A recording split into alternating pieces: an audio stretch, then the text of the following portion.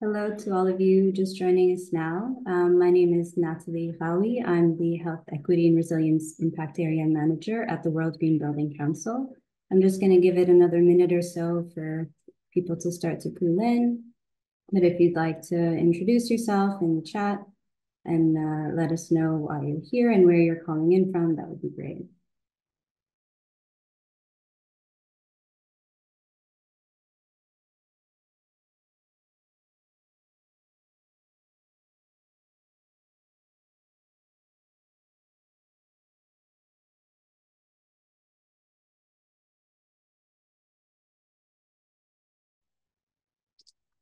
Hi, maybe I can just give you a heads up. I'm here from the Institute of Human Rights and Business. And it was Giulio Ferrini, the head of Built Environment, that was supposed to join and talk as a panelist. But his flight got delayed. He's in transit to Bergen. So the plane is set to land at 30:30. So maybe he will be able to join anyway, but I'm just here as the back cover for him. So if you don't mind, I'll just turn off my video so I have some time to go through his presentation and prepare a little bit. Amazing. Welcome, Andrea, and thank you so much for stepping in at the last minute. Hopefully, Julia lands safely. Thank you. And I've just been noted that the chat is disabled, so I'll be checking in on that. But if you'd like to maybe raise your hand and see patients have got your hand raised. In the meantime, I'll figure out the chat, but welcome everyone, and hopefully we'll have a great webinar today.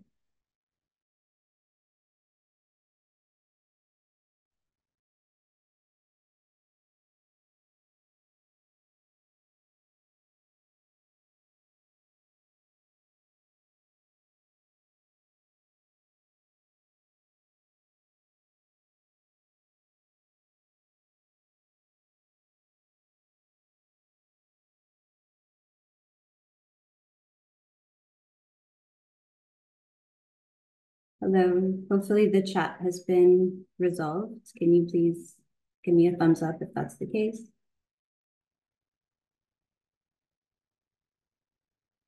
Amazing. Welcome, everyone. So great to have you all here. And I think we can get started.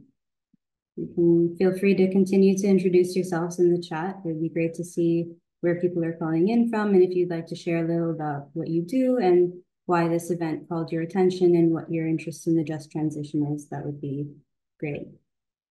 And I'll start by sharing my screen.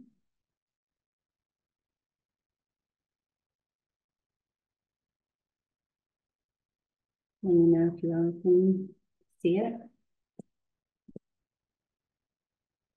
Amazing. Well, hello everyone and welcome. I hope you're all having a great World Green Building Week so far. My name is Natalie Howie. For those of you who haven't met me, I am the manager of the Health Equity and Resilience Impact Area at the World Green Building Council, and it is my greatest pleasure to be your host for today's webinar on building the just transition. Let me begin by giving a brief overview of the World Green Building Council and our network. We are the largest local, regional, global action network leading the transformation for resilient and decarbonized buildings for a healthy planet and a better future for all. At the World Green Building Council, our role is to help property and construction markets around the planet reach tipping points towards decarbonization and regeneration. That means building the right policy environments, the right financing environments, and the right social and cultural environments to deliver more resilient and sustainable built environments. Our unique global network lets us catalyze waves of change that ripple across cities, countries, companies, and communities, maximizing our members' and partners' leadership, capitalizing on individual success, and scaling local action into global impact. Today, the built environment generates almost 40% of global emissions. So we're building the momentum to target nothing less than its total decarbonization. Wherever progress happens, we're ready to multiply it, starting with the launch of our new strategy at our Leadership Summit earlier this year. We want to see resilient and decarbonized buildings for a healthy planet and a better future for all. We know that to get there, we need to inspire and lead the built environment community to drive local action and create the global momentum necessary for people and planet to thrive. Through our work, we strive to deliver the total decarbonization of the built environment, healthy, equitable, and resilient buildings, cities, and communities, and the regeneration of natural systems and a thriving circular economy. We have worked hard to become the largest and most influential local, regional, global action network, accelerating the sustainable and just transition of the built environment. Today, we are composed of over 75 GBCs and over 60 partners, representing 46,000 industry members. Importantly, our network represents a significant portion of the global building stock, GDP, built environment emissions, and the urban population. Certainly more than enough to achieve the kind of global tipping point towards sustainable and just built environment that we are working towards. The local, regional, global nature of our network is what gives our work true depth and the ability to break through barriers. We are aligning goals at a global level, fostering collaboration and knowledge sharing at the regional level, and delivering action at a national level to connect global ambition to local action. With significant experience uniting a fragmented value chain, World GBC harnesses its convening power to align ambition, definitions, action, codes, and standards, partner with all relevant building environment entities to work to a common goal, and scale advocacy, projects, solutions, and knowledge sharing. There is no one issue, stakeholder group, policy, or problem that is holding up the built environment in its sustainability transition. The deep green transformation depends on every actor within the system pulling every lever available to them to carry the mission forward. This is the kind of self-reinforcing ambition loop that we want to create. A positive feedback system in which bold government policies, private sector and civil society leadership, and finance investment reinforce each other and make substantial change possible through driving more holistic, cross-cutting action across our areas of impact, including climate action, health, equity and resilience, and resources and circularity, thus supercharging the ambition loop. Our new unified program, Building the Transition, aims to deliver 3 systems change outcomes: empowering change makers to deliver progress, equipping finance actors to deploy impactful capital, and enabling ambitious, equitable policies. And it focuses on 3 cross-cutting activities: co-creating national sector roadmaps, leveraging our experience with regional readiness frameworks and building life, amplifying global, regional, and local advocacy through projects such as the NDCs and Policy Scorecard for Sustainable Buildings. And finally, fostering policies, standards, and codes that drive our agenda through work to develop principles that drive alignment and comparability of policies, taxonomies, building codes, and standards that help enable sustainable finance flows into the sector. This work is being done in the context of the Buildings Breakthrough that was launched at COP28 in Dubai last year, which is part of the Breakthrough Agenda, launched in Glasgow in COP26. It provides a framework for countries, businesses, and civil society to join up and strengthen their actions every year in key emitting sectors through a coalition of leading public-private and public-private global initiatives. The Buildings Breakthrough aims to strengthen international collaboration towards the goal statement, near zero and resilient buildings, being the new normal by 2030. The work of the Buildings Breakthrough underscores the importance of a just transition in addressing climate change and creating a more resilient, equitable, and sustainable built environment for all. The World GBC is a leading partner alongside supporting partners of the Buildings Breakthrough Priority Action 1, Standards and Certification. I will not get into the details of this here, but feel free to reach out for more information on that. We know that we need to take urgent climate action, but this can't be at the detriment of vulnerable people and communities, many of whom will have contributed the least to environmental degradation and yet are suffering the biggest consequences. A just transition involves a transformation to a more sustainable economy in a manner that is fair and protective to all people. Social considerations are key to making environmental sustainability efforts more effective and inclusive, creating a just transition to a climate-positive future. Without a just transition, we risk alienating sectors of society, creating vulnerable populations, as well as increasing the risk of conflict and inequalities, ultimately reducing the speed of the transition to a low-carbon and sustainable future. The built environment sector has the opportunity to lead a just transition through how we design, manage, and occupy buildings and infrastructure for the world's people. With 75% of the infrastructure needed by 2050 still needing to be built, the World Green Building Council is calling on every stakeholder in the built environment value chain to consider their role in ensuring that no one is left behind in the journey to a more sustainable future.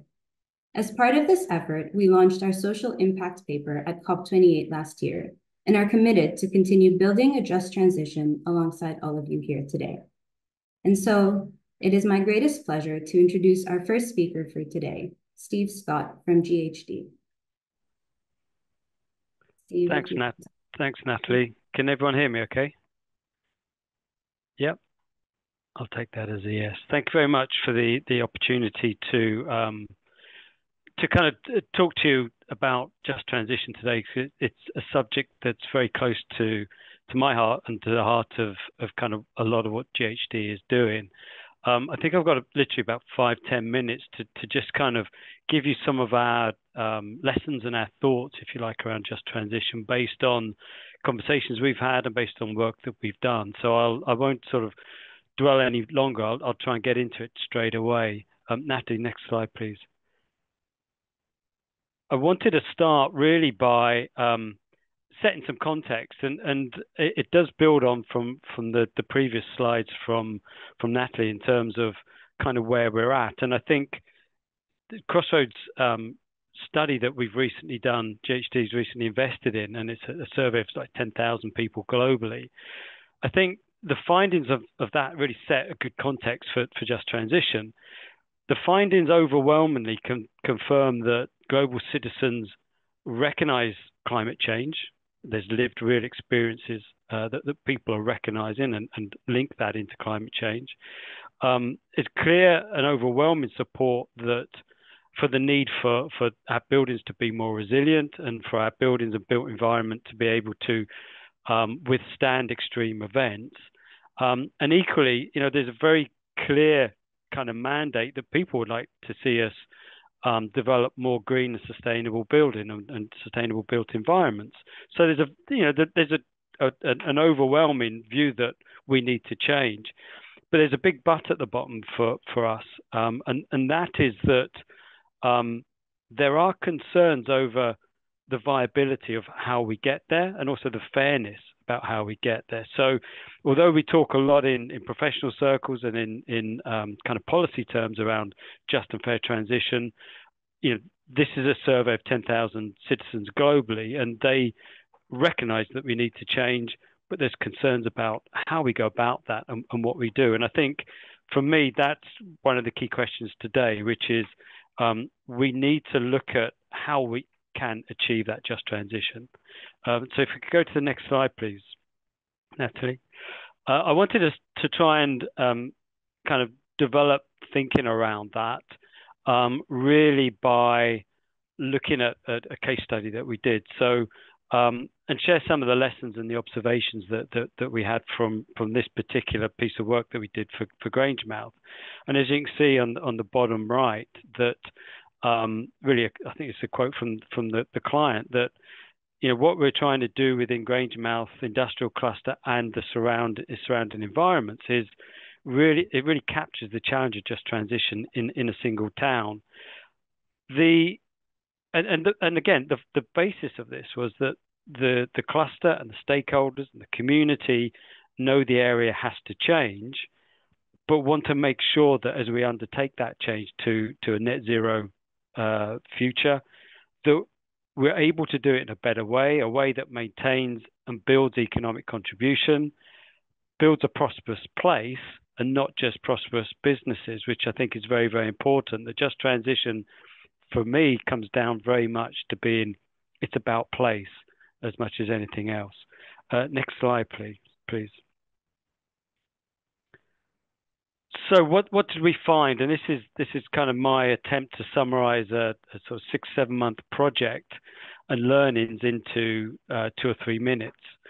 What do we find? I think really, first of all, one of the overwhelming sort of reflections is that we have to develop and embrace new approaches to how we look at the transition, how we look at a particular place or space that we're dealing with. We have to be, I guess, much more place-based about our thinking. What we found was that by looking at the just transition matter in hand for us, the Grange Rath Industrial Cluster, by looking at that differently, we actually changed perceptions about what we know and thought about how the area works and operates economically and socially, but also in terms of what those expectations and wants and needs are for the future. What we found was that everyone wanted to have an industrial future, but I guess the interesting bit was around really understanding. We gave a different lens, a different perspective of how the area works at the moment, and by changing those perceptions, we actually changed kind of where the solution sort of came out as. I think there's two things specifically we did different as part of those approaches. One was we created new evidence base and a new sort of understanding of how the area actually worked. So, for example, on the left-hand side here in the purple, we've got one of the key learnings or one of the key observations that came out of some of the work was it's not about green jobs. And that was really in response to, a lot of the community and a lot of the workers and the employees in the economic cluster saying, look, it's about jobs. I don't really care if that job is green or if it's anything else. I want a job. And for us, that meant, look, there's a clear sort of gap between policy, terminology, the way we communicate this transition, and the real lived experience of communities and people who are kind of part of that community and, really want certain basics of life, like a job, a good town, etc., to go forward. So that was one thing. We need to embrace new evidence, look at things with different lenses to really kind of pull out what the transition is going to mean and how we can handle that. The second one on the right-hand side was that the whole process has to be really co-designed. We entered into much more of a co-design approach rather than a consultation approach. And for us, that very much increased the alignment between what people, the community, workers, businesses, and politicians all wanted from this economic change. Because after all, it's about the people, it's about the communities. That's why we're interested in transitioning built environment. It's to create better environments and sustainable environments for us all. So, it comes back for us to people and to place. Next slide, please. And it's my final slide, which I'm sure everyone will be pleased to know. That's it. I think really the second big learning for us, and it's a very clear statement that we would like to sort of put out around just transition, is that we hear a lot of talk about the outcome of just transition needs to be just and fair and equitable, blah, blah. But it's not just about the outcomes. It has to be about the process to get in there, because we're in a period of transition from where we are now to where we want to be, and we've got the ability to manage that right now. So actually, to achieve those just and fair outcomes, we have to do the process differently of kind of go in there. And I think really underpinning that for us are probably three principles. One, that the just transition process must be about systems thinking. So many things within the built environment are linked and connected. It's an ecosystem, it's not an island.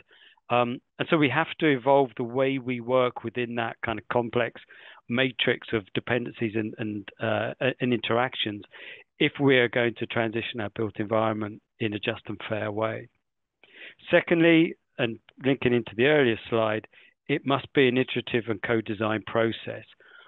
All parts of society, from government through business, through the public sector, private sector, and communities and workers, have to be part of this solution. We're all on the journey together. we believe that we can't force that change, and we can't wait until the end point of the current state. So my mind goes back to deindustrialization of the 1980s, early 90s within the UK, where we let industries get to the end of their life. They were shut down quite dramatically. That left a huge legacy. There's a clear recognition that that iterative co-design process has to help us avoid those cliff edge moments. And then the third principle, if you like, for just and fair transition is that we have to consider our investment and our decision making in terms of different priorities if we're going to enable the right decisions to be made to achieve a just and fair transition. We strongly believe that decisions need to evolve quicker to be able to maximize a portfolio of benefits, not just sort of single line profit benefits, if you like. So I guess my summary would be really that the just transition of the built environment, each place is going to be different, each place is going to be unique. But in terms of the process that we need to go through, we believe that these three principles will be key elements of any sort of process that the built environment would need to undertake. Thank you. Thank you so much, Steve. And yes, I completely agree that it is a process that we work on together. It's collaborative, it's co-design, but it's also place-based, and really taking local context into account is crucial. And I think we can work together to find pillars and I'm glad to see that you have developed these pillars in order to prioritize and to identify what we need in order to take this process forward, but really taking into account that it's a place-based effort, and that's where the real change is going to happen. And I think I fully agree, Natalie. And I think underneath that as well is, the ability and the willingness to look at new data as well, so that we change those perceptions and that understanding of what place-based could actually mean for us. So it's very, very exciting, really exciting work to take part in. Thank you so much. Thank you so much for the work. And thank you for sharing all of your great insights. And I encourage you all to use the Q&A function if you have any questions that we can get to at the end as we move forward. But thank you so much, Steve, and lovely to hear about the work that GHD is doing.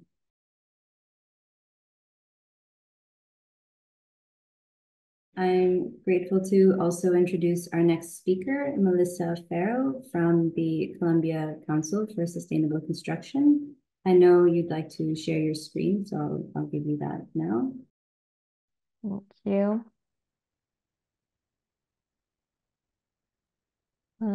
Please let me know if you're seeing my screen. Yes, but it's just your desktop. Yeah, we can see the presentation. Perfect. You can see now the presentation? Yes. Okay. Welcome everyone, and thank you to World GBC for hosting this panel and inviting us to talk about this important matter. My name is Melissa Ferro. I work at Columbia GBC. Today, I will talk about how this concept of just transition is being applied within Columbia's built environment. We try to focus on three key pillars: resiliency, carbon neutrality, and equity. The work we do at Columbia GBC is based in this model of impact that you see on screen. This model focuses on creating sustainable built environment for both the planet and the people. And we do this with a comprehensive vision of sustainability. This vision includes climate change mitigation, health and well-being, fostering biodiversity, efficient resource use and circularity, and social equity.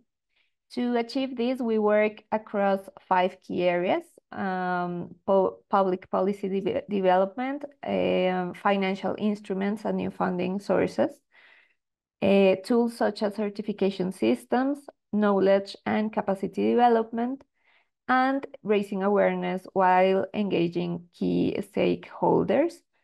In order to promote a just transition, in the construction sector for Colombia. We have undertaken several actions within these areas. I'm going to show a little bit about this in the presentation, particularly in public policy, certification systems, and through the promotion of pilot projects. So I'm just gonna show you a little bit about this. The main starting point of this work is the National Net Zero Carbon Buildings Roadmap, which sets specific targets for just transition. Mainly, it addresses informal settlements that are a significant portion of the construction in Colombia. On average, informal settlements make up for 20% of all the construction in the country, but in some regions, it's above 70% of the urban development. So it's a big issue in our country. The roadmap sets goals for building sustainable social housing, affordable social housing, and it also and facilitating its access to vulnerable communities. It also addresses existing settlements, implementing or promoting retrofits to ensure their sustainability. And additionally, it promotes different actions such as creation of energy districts for community self-generation and initiatives to train and prepare the construction workforce for a low carbon economy that adopts sustainable practices. With this in mind, we have impacted several national and local policies to facilitate access to formal housing. The National Development Plan includes benefits and subsidies for sustainable housing, and we have been working with the Ministry of Housing on its regulations. Additionally, we are collaborating with the Ministry of Environment to develop guidelines for sustainable construction in municipalities with fewer than 5,000 inhabitants, which are often the most vulnerable and impoverished areas of the country. We have also partnered with the National Savings Fund to train personnel and promote financial education programs aimed at helping communities access the financial system and with this access formal housing. To promote clean energy production, we supported the development of the Energy Communities Decree and the Just Energy Transition Roadmap. Also, we are working on a bill to promote the incorporation of clean energies in homes and the National Energy Plan, ensuring its alignment with the Net Zero Carbon Buildings Roadmap. At the local level, we have supported also some initiatives. In Bogota, there is an initiative that establishes minimum standards and incentives for new housing. And we also signed an agreement to develop a certification system for the Housing Improvement Program aimed at integrating sustainable practices into existing homes in vulnerable settlements and communities. And in Barranquilla, we are supporting an initiative to provide additional subsidies for sustainable social housing. Regarding certification systems, we developed our local certification system, Casa Colombia, that has a specific guide for social housing and that focuses on resource efficiency, resiliency, well-being, and social value. It has been widely used in the country, and almost 41% of the projects that are pursuing the certification are social housing. Also with CASA, we have supported several initiatives for alternative financing models. We have been collaborating with IDB Invest to generate these alternative financing models for sustainable housing. We also recognize and promote financial education and support programs within the certification system. And we provided support to companies to access the Climate Finance Accelerator program to prepare for investment rounds for the construction of social housing. This is a successful example of this in Colombia. This is the case of CIMA company that with Casa Colombia was able to participate in the Climate Finance Accelerator, formulating a successful blended finance scheme to build 1,000 homes in Antioquia. This project aims to reduce the regional housing deficit by 50%, as well as creating housing for 10% of the local population, while it delivers economic, social, and environmental benefits. Also, we are currently working on a project called Bamboo Vida in partnership with SENA. This project is focused on developing an inclusive and sustainable rural housing model using bamboo. This project aims to demonstrate the feasibility of creating sustainable, resilient, and net zero homes that can transform rural communities through holistic approaches. This includes not only high quality housing, but also productive initiatives to be self-sustainable, and it also promotes capacity building with a particular focus on empowering women, especially conflict victims and women that are heads of their households. Through this project, the participants will learn how to build with wadwa, that is the type of bamboo, and develop productive ventures around bamboo cultivation. Another important project that we are working on is the JEF7 project. This project is financed by JEF, CAF, and BID, which will help 3 cities to implement different projects regarding sustainable and resilient social housing and public spaces. In Cali, one of the projects will construct 329 sustainable rural homes to resettle a community that is currently in a risk area, impacting around 1,700 inhabitants. Also, the project will support an initiative to give residential solar energy generation kits to 348 houses in communities that struggle to pay for electricity bills. In Barranquilla, this project will support the intervention of 3,000 existing homes in communities that also struggle with energy bills to promote their comfort, reduce energy consumption, and provide solar systems for self-generation. Also, a project will support the creation of public spaces in a zone where there is not a lot of public spaces, with a linear park, and recover a natural mangler system to avoid flooding and recover biodiversity. And in Pasto, this project will support the incorporation of passive thermal comfort systems for 250 houses in the rural area, and the construction of Sarcillejo Environmental Park, which will be the biggest public park in Pasto.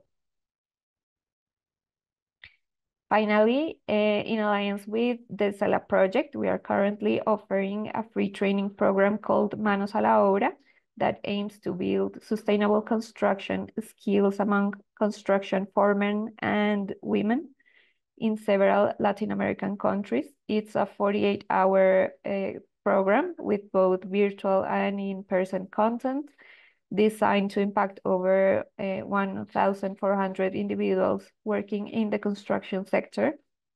The first cohort had 949 students enrolled, and it's nearing completion, while the second cohort has just begun and has 516 participants. These are just a few examples of our efforts to promote a just transition in Colombia in the construction sector. However, we believe that all sustainable construction strategies must address this issue holistically, ensuring resilience, well-being, participation, and fair transition for people and communities in order to achieve true sustainability. So that's it. Thank you.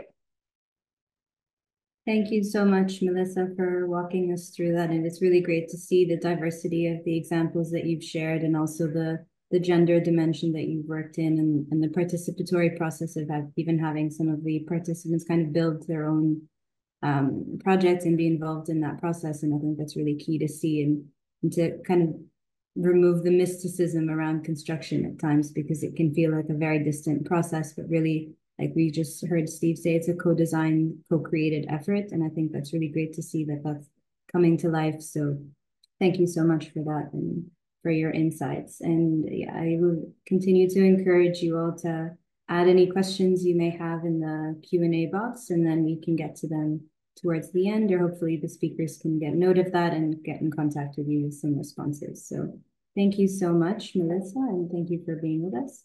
I will go back to my screen now and introduce our next speaker, Anitsi Makumalo from the Botswana GBC. Anitsi, are you able to show your camera, unmute? Yes, good afternoon, and thank you for having me this afternoon. You're going to be projecting, right? From your end? Yes. So just let me know. Great. Okay, I am ready. Thank you for having me. I'll be sharing on the work that we are doing as the Botswana GBC. And yeah, we are happy to be here and inspired with the work that Columbia is doing. So we can continue.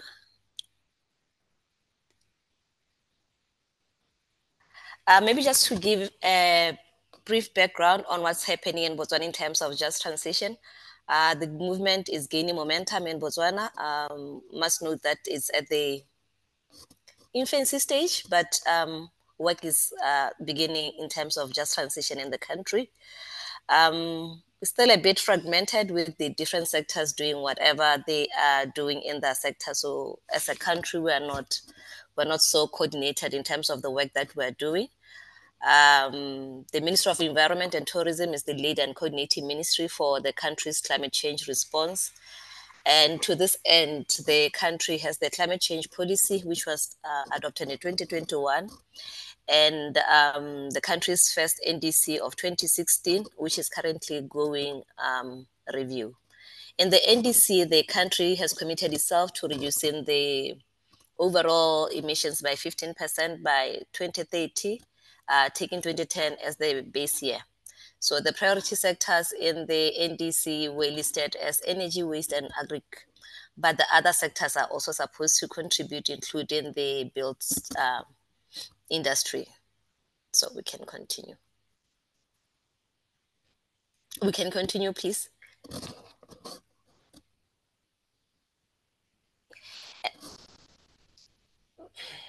Okay, in the slide that you just went past it, I just wanted to highlight that we have the National Adaptation Framework of 2020, which also proposes different structures.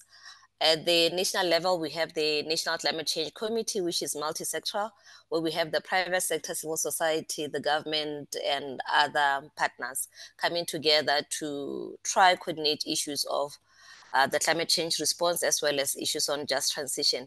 This structure also goes to the village levels and to the community levels, with the village development climate change committees proposed to be formed. Unfortunately, the formation of these committees was affected by COVID, and they're not functioning as well as they should be functioning by now.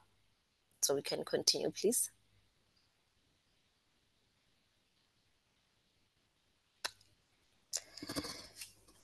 In terms of what we have done as the Council in Botswana, we have taken part in a number of awareness raising and sensitization activities.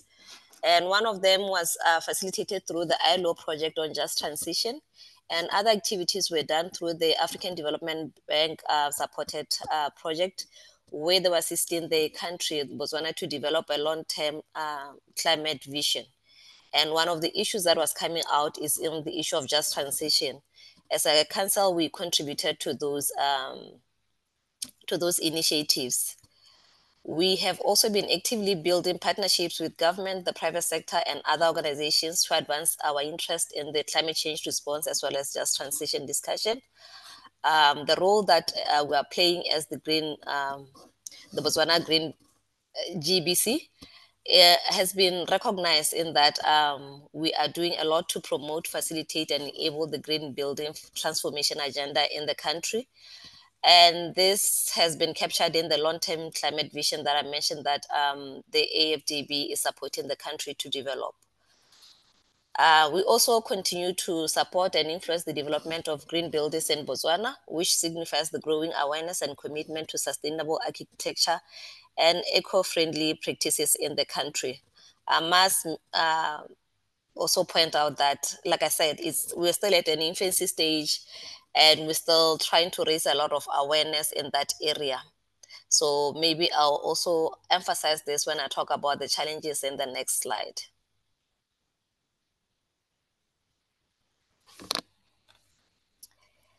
Through the ILO project that I mentioned earlier that we took part on, we were able to take part in the development of the Just Transition National Action Plan, which is based on the ILO policy guidelines for a just transition. And one of the things that was highlighted is that, okay, my screen changed. There is need for us as a sector to continue doing what we are doing in order to collaborate with other sectors. The issues that were touched on include the issues on occupational safety and health, social protection, gender equality, rise at work, social dialogue that we need to be emphasizing in the sector. These are things that we're not highlighting that much, but now with the awareness that has been raised on issues of just transition, that as we advocate for green buildings, we should also be mindful of some of these things. This is something that we are sharing with our members as well as with our other partners and other stakeholders in the area. There's also one of the things that we have learned is that we need to collaborate more with our lead ministry, the Ministry of Environment and Tourism, as well as the Ministry of Public Works, which is leading the work, the public works. So we need to be collaborating more with them. And there's also a need for continued awareness raising in the area, especially to ordinary citizens as well as to the country in general, for them to understand our role and also to understand why there is need for us to move in this direction and for issues of just transition to also be highlighted. I think one of the things that is also coming out is that there is recognition that we are needed, partners such as ourselves are needed. The country is still, developing the guiding frameworks, the policy frameworks that are necessary to drive the issues of climate change response in the country. And each sector is playing its role. So our role is basically to try bring our issues to the fore so that they can be captured when we're developing the policy documents. Currently, the country is developing its National Development Plan 12, which will highlight what the country needs to do in the next 5 years. So our role is very critical, and for us to make sure that our issues are captured in this key policy document in the country. Having said that, I would like to thank you. This was the 5 minutes, I guess, that I was given. Thank you. Thank you so much, Anitse. And it's so great to hear about the work that the Botswana Green Building Council is doing in taking this forward, and as well engaging government entities and highlighting as well some of the challenges that you're facing that I'm sure will continue or can resonate within the work that's being done on a just transition, including social protection and gender equality, which I think are important to highlight. So thank you so much for your time and for the work that you're doing. And we are grateful as well that Julio has landed and is able to present. So I will introduce now Julio Ferry from the IHRB, if you'd like to take over and share your screen. Yeah, can do. Is that showing clearly? Yes. Brilliant. And yeah, thanks so much for inviting me to present today. I caught the back end of the presentations and they were really fascinating. Great to hear insights from all over the world. So my name is Giulio Ferrini, the head of the Built Environment Program at IHRB. And over the past 2 years, with support from the Laudes Foundation and the Over Arab Foundation, we've been doing research on the impacts of decarbonization initiatives on human rights. And we picked 4 human rights to investigate. You can see the ones on the screen. So the right to housing, labor rights, spatial justice, and participation. And we were very lucky to spend 2 years researching the impact of initiatives like retrofit subsidies or new zoning plans on social issues in these 8 cities around the world. In each city, we produced a city summary research which really highlights the findings and recommendations. But more significantly, we brought together stakeholders to develop a vision for the just transition that is grounded in the local context. I think this is in recognizing that the concept of just transition is obviously gaining momentum on the international agenda, but there are many different interpretations and understandings of what it means. And sometimes they even are in conflict depending on the communities that are asked what it means for them to be for a transition to be just. And so to do this, we really brought together these diverse stakeholders into a room and discussed what does a just transition mean for them. You know, while it may be grounded in ancient and foundational concepts, their interpretation really does vary depending on each person's lived experience. And so we want to highlight the fact that there is not one single just transition. There are many just transitions that are unique to the local context. And so the crucial element of engaging the complex interactions between localized realities and the national and global movements within which they intersect and they sit.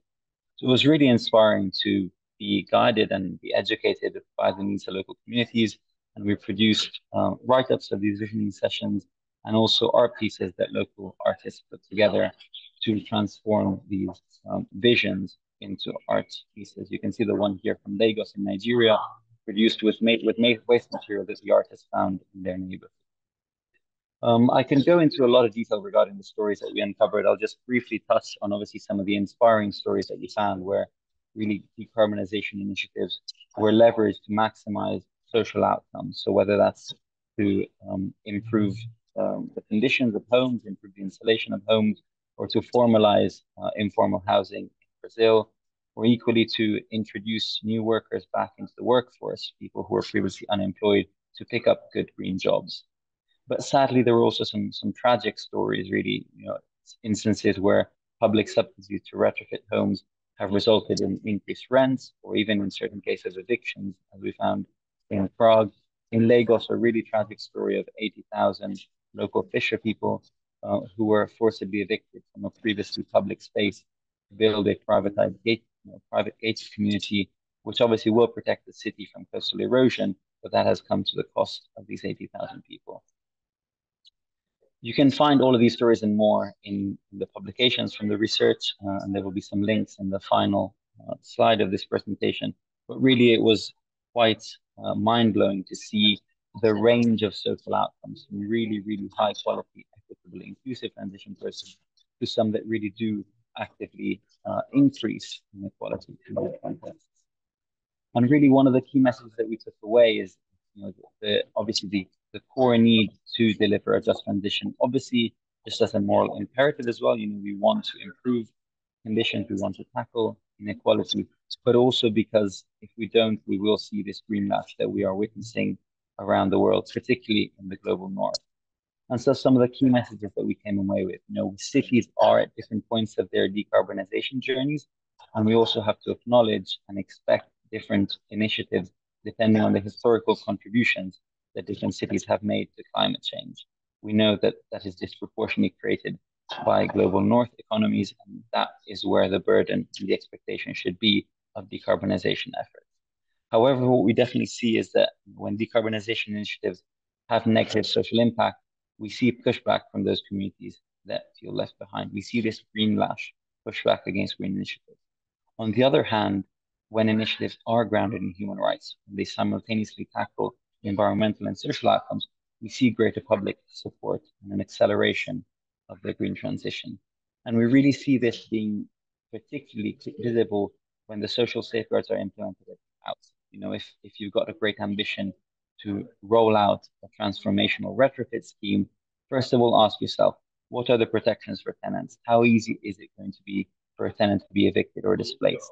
So the idea is to, first of all, lift the social foundation and then roll out the transformative measure to ensure that the benefits and the costs do not fall along historical power structures, therefore disproportionately benefiting the privileged communities, but can actually fall in a more equitable way, in a deliberate way to rebalance the scales from historical extractive practices. And the last point really is, you know, there's historically for a long time, we've known that there is no way that we can tackle inequality without tackling climate. We know that it's disproportionately people who are, you know, marginalized communities who are at the forefront of climate change who feel the negative impacts of rising sea levels or extreme weather events. But from our research, it's increasingly clear that actually we can't tackle climate if we don't tackle inequality. We will just not have that social license to operate. We will inevitably face that pushback from those communities who feel left behind. But I think, fortunately, we do have a solution. We do know that human rights, social considerations, social safeguards can provide that foundation to unlock and accelerate the climate action that we all need. Thank you very much. Thank you so much. And yes, I completely agree. There is not one just transition, but multiple just transitions. And it's important in this journey to really meet people where they're at and actually hear and listen to their concerns. And it was really great to see that you've kind of captured and communicated that in multiple ways, including art. And I think it's to be able to broaden that spectrum of communication and exploration around some of these issues that might be a little bit more touchy or vulnerable is important as well. And I think it's really great to see that you started doing that. And thank you for sharing your insights on this front and for making it with the margin of time for this webinar today. So thank you so much. I do not see any questions in the Q&A, but we've got a few minutes left. If anyone's got a burning question, feel free to raise your hand and ask our speakers while we've got them here.